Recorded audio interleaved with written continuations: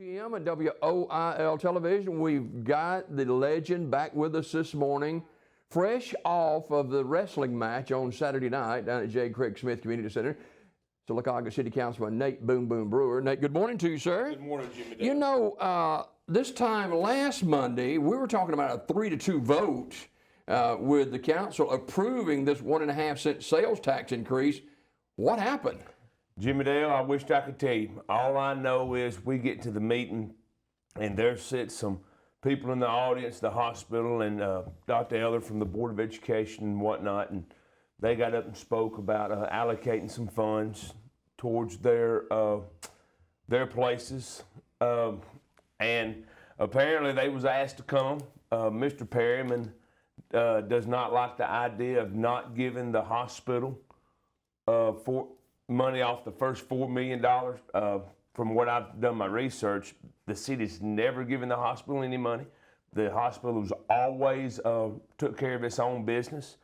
They have their own budget, which is around $60 million. I guess they're saying COVID hurt them and shortages here, shortages there. I hadn't seen any of those numbers. I'm just going off of hearsay, but I do know that Mr. Perryman did not want to suspend the rules. So when you don't suspend the rules, then you can't take immediate action. All right, let me ask you this. Why weren't the other two entities included earlier with the other group of entities? But now, Jimmy Dale, I'm going to tell you something now. Everybody knows where I stand with this whole sales tax thing.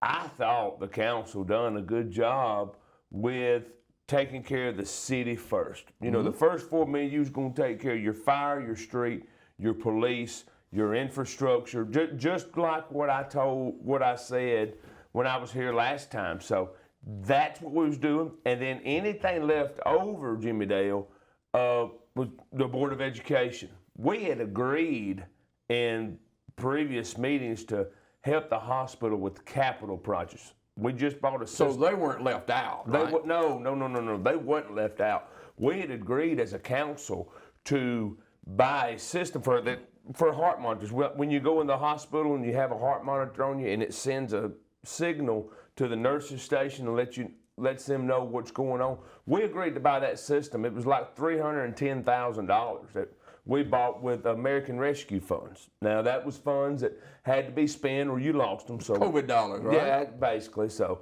we helped them with that. And we had agreed to do capital for them. So I don't know where the mix-up come from.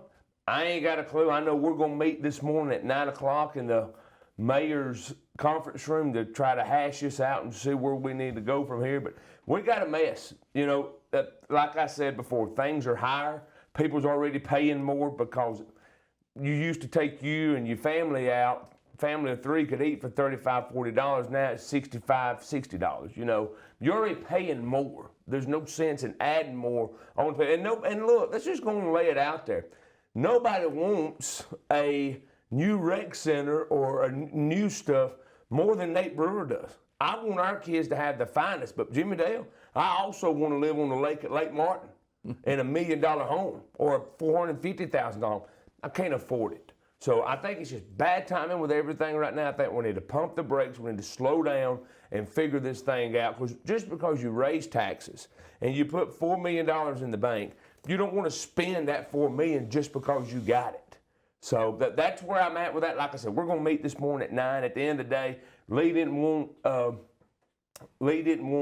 the hospital to be left out, which they wasn't left out. Did the president of the council, Ashton Fowler, he seemingly was taken aback. Yeah, he didn't. Ashton didn't know anything was going on. There was a lot of hearsay going on. Nobody knew what was going on until it happened. About 5-6 minutes before the meeting happened.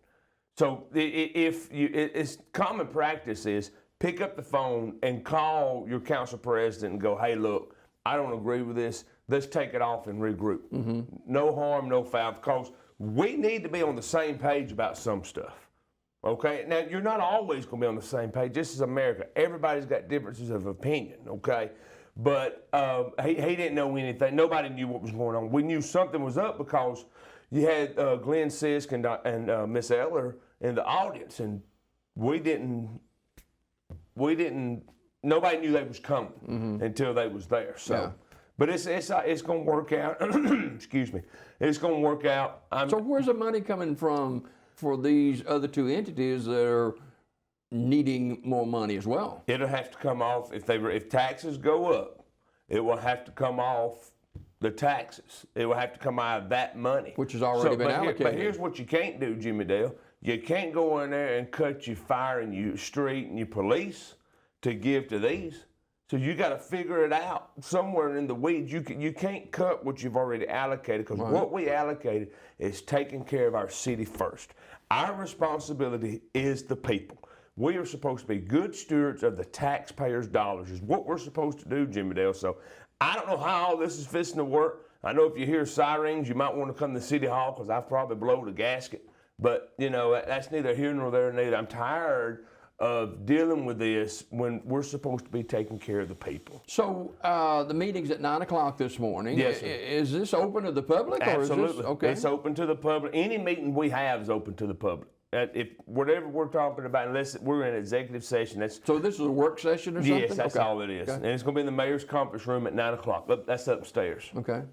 Nate Brewer, Sylacauga City Council District 3, joins us this morning for a few more minutes. And, you know, everybody that I've talked to, and I haven't talked to everyone, of course, but I've talked to a number of people that were taken aback by this because they thought it was going to be a 3-2 vote, and it may come back around to be a 3-2 vote still. I'm sure if things get worked out, it'll still be a 3-2 vote.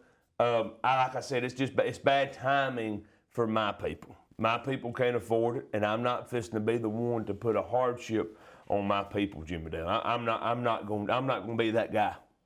I talked with Ashton the morning after the meeting, and certainly he was unaware that you know, this was coming up. And being the president of the council, I'm sure that bothered him at least a little bit, just from the conversation I had with him. Yeah, it bothered him. Look, it bothered me. I mean, he's sitting there embarrassed. He's got something on the agenda everybody's talked about.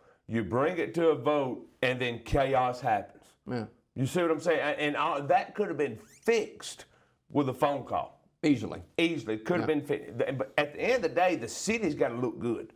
We need to make the city look good, because we want to bring people in. If you get businesses there and your council can't agree and your council is all discombobulated, who's going to come do business in the city, Jimmy Dale? So that I didn't like that at all. That was bad.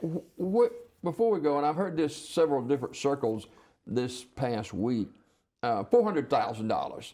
Okay. Talk about that $400,000. Is that police department monies? Yes. Or? Well, you know what we done.